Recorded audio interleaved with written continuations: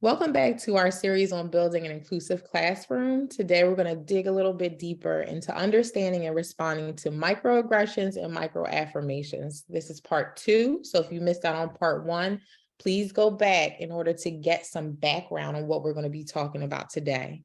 My name is Jahari Sykes-Ratliff. I'm Dr. Carrie Cormier. And we'd like to welcome you to this session, which is being provided to you through the LRC-South. The LRC-South is a part of the Department of Ed's project that promotes the practices of inclusive education through the provision of resources, services, and professional learning opportunities. We're happy that you are joining us today and would like to encourage you to take advantage of the variety of services that they provide, as well as professional development opportunities and family and community resources as well. Free membership is also now available, so please check out the link below. So our agenda for today's session is to respond to microaggressions, define microaffirmations, utilize microaffirmations in your classroom, and resources to get you started. So some norms for our sessions: we value everyone's thoughts and opinions. We will treat one another with respect. There are no quote unquote stupid questions. We're going to be mindful to share the air and let everyone have a chance to contribute. Understand that it's okay to make mistakes, and we are going to give and get grace.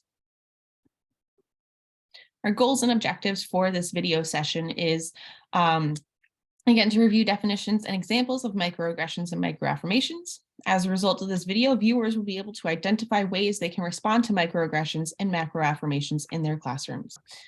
So we're going to show this quick video that explores how to go from microaggressions to microaffirmations.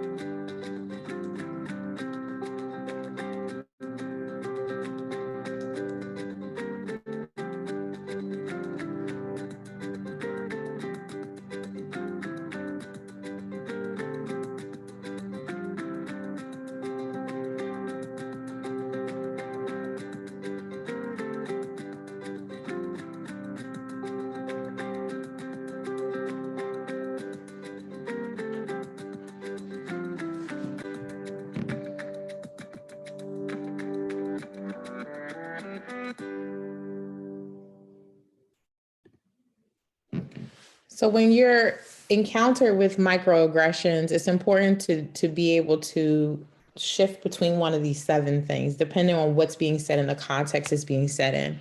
So you can either inquire, what did you mean when you said da da da da da? Because sometimes students do need you to help them to clarify what they're saying, because this is not consciously something they're saying to intend harm. So inquiring on what they mean then lends into being able to paraphrase what they may have been trying to say. So restating it, are you saying da da da da da da da? Another way that you can respond is by them rephrasing. What would happen if da da da da da? Then you can always use the impact. I felt sad when you said this and it impacted me in this way. Sometimes I find that not even just students, but adults as well, we say things and don't really consider the impact on someone else because we don't mean harm. So being able to articulate back to the person how you felt when the person said what was said, and then the impact on you oftentimes can make them reflect and shift on the delivery of what it is that they're intending to say. A preference statement. It would be helpful to me if we approached it in this way. Redirecting. Let's shift this conversation to something else. If this microaggression is something that is so hot and you know you don't have time to dissect it, you want to shift it to something else, but don't leave it. You need to revisit this and have a conversation. And you also want to quickly respond to the person that received the microaggression. We want to make sure that we're going right to them and being able to support them through this experience and the words that were said, to make sure it's not breaking down their, I don't want to say their spirit sounded so deep, but breaking down their humility and really impacting them negatively. And then lastly, extending the question, how would you approach this situation differently in the future? And so there's always opportunities for students to be able to reflect and then provide to you what they would do differently in the future. And in the future, if it occurs again, that's a nice way to bring up, remember how we said that this is how we would approach this, and what happened in this situation was it opens a door to have these conversations and helps to create even further this positive classroom climate that you've attempted to build, which is a plug for an earlier session within the series you can go back and check out. So these micro affirmations, we're trying to shift from microaggression to micro affirmations. And micro affirmations are the small acts that oftentimes they're hard to see, but these are the things that are done privately, publicly, oftentimes unconsciously, but they're very effective. And in whatever way it occurs, the point is that it's helping folks to succeed. Micro affirmations are small acts of opening doors to opportunity. These are gestures of inclusion, care, graceful acts of listening, which is very critical with adults and children. Micro affirmations lie in this practice of generosity and in consistently giving credit to others, providing support, comfort whenever someone's in distress, when there's been a failure at the bench or an idea that didn't work out, or public attack. It's very critical. It's important that we provide the support and comfort that's needed to those that are offended. And so here are some quick tips on how you can utilize micro affirmations in your classroom. But before we dig into that, here's a nice quick video that's going to share some of the positive that's being done in the classroom today. Ava. You go, Ava. You go.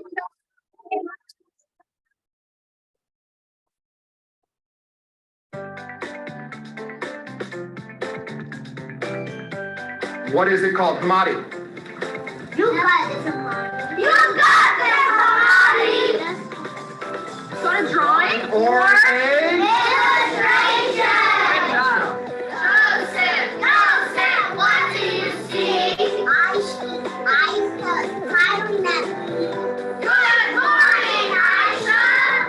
Someone the other person alone. Everyone say great job, Amber. Great job, Amber. Ramses. You got this, Ramses. I know this is for Matthew. I'm going to call on Jefferson. You got this, Jefferson.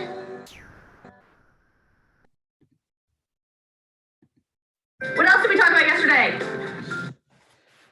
Hold on, I can cut it. So just hit the escape. This is a mess. It's all good. Okay, go ahead. And so watching that video for me makes me think of positive behavior supports. And this is definitely a philosophy that we all should really be abiding by in terms of just like infusing positivity so much in our classroom that it almost makes you sick. Like everybody is just positive towards one another and you're just positive. It's just, it eliminates a lot of behaviors that you may see. And again, it goes back to that research piece in terms of academic success being linked to this positive climate that you have in your classroom. So in utilizing these micro affirmations, some easy ways to do it: classroom greetings and names. You want to greet each child, have them greet each other. They should know each other's name and be pronouncing them correctly. One of my favorite things to see is teachers at the door shaking hands, high-fiving children, giving them options on how they want to be greeted and saying their name as they do so. And then you also want to foster that between children as well. Another great strategy is focusing on strength and positivity. So when you're constantly calling the same name every day, that influences how the other children perceive that child. So you want to just be cognizant and aware of your responses and your unintentional messages that may be going out, and doing so by focusing on being positive and strength-based, you would eliminate that.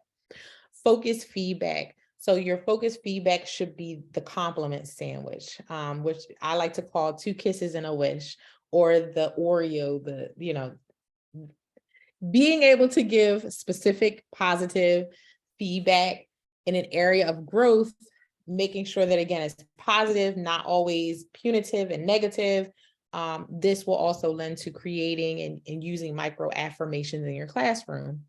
Validating experiences. So you want to be an active listener, listen to students, affirm their experiences, share some of yours as well, and then acknowledge those differences. Positive affirmations. Have students meaningfully state strength-based statements. I am strong, I am smart, and I am capable. This goes a long way. And so I think, we all have those students who, we've all been there in the classroom as teachers. We're like, you wish that student might be absent that day. We've been there, right? It's something that I think that those are the students that we have to, really dig within ourselves, right? To give that positivity to, because they are probably the ones that need it the most.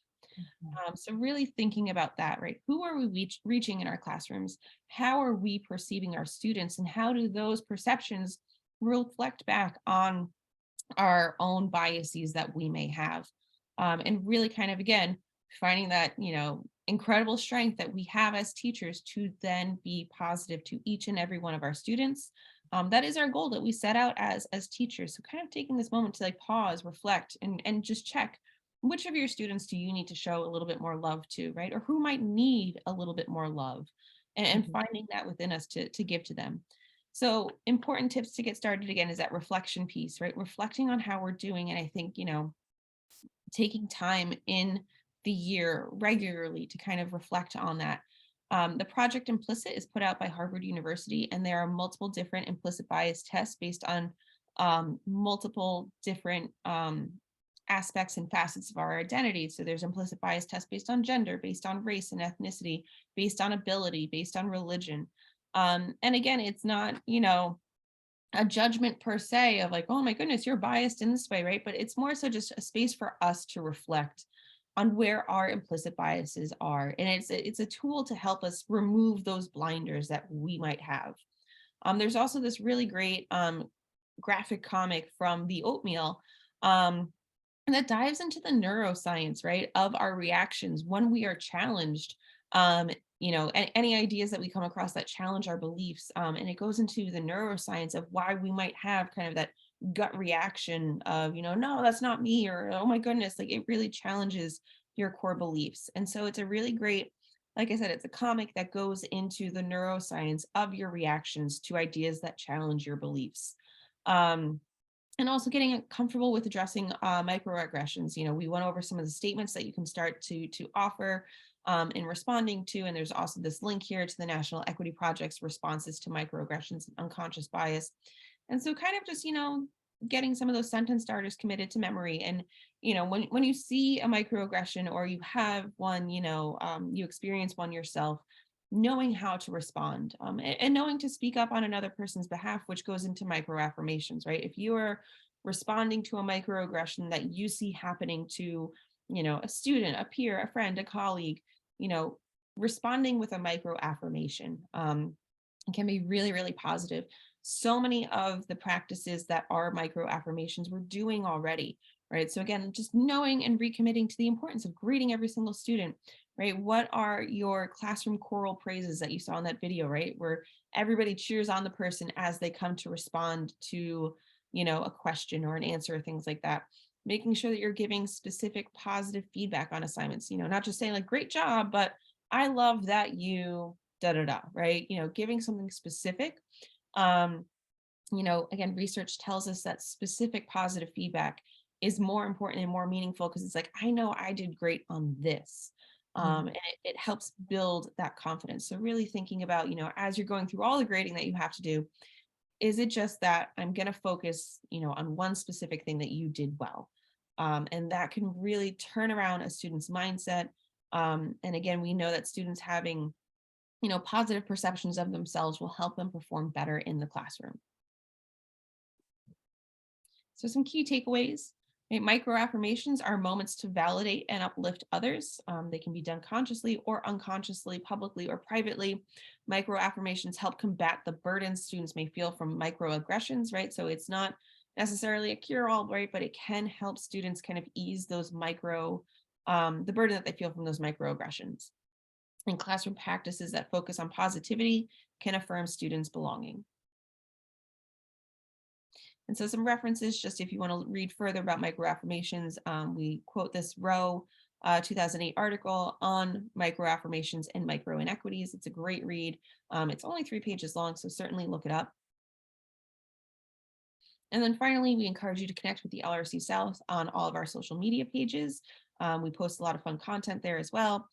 Also reminding you to go check out our website to check out all of our resources and all of the opportunities that we offer.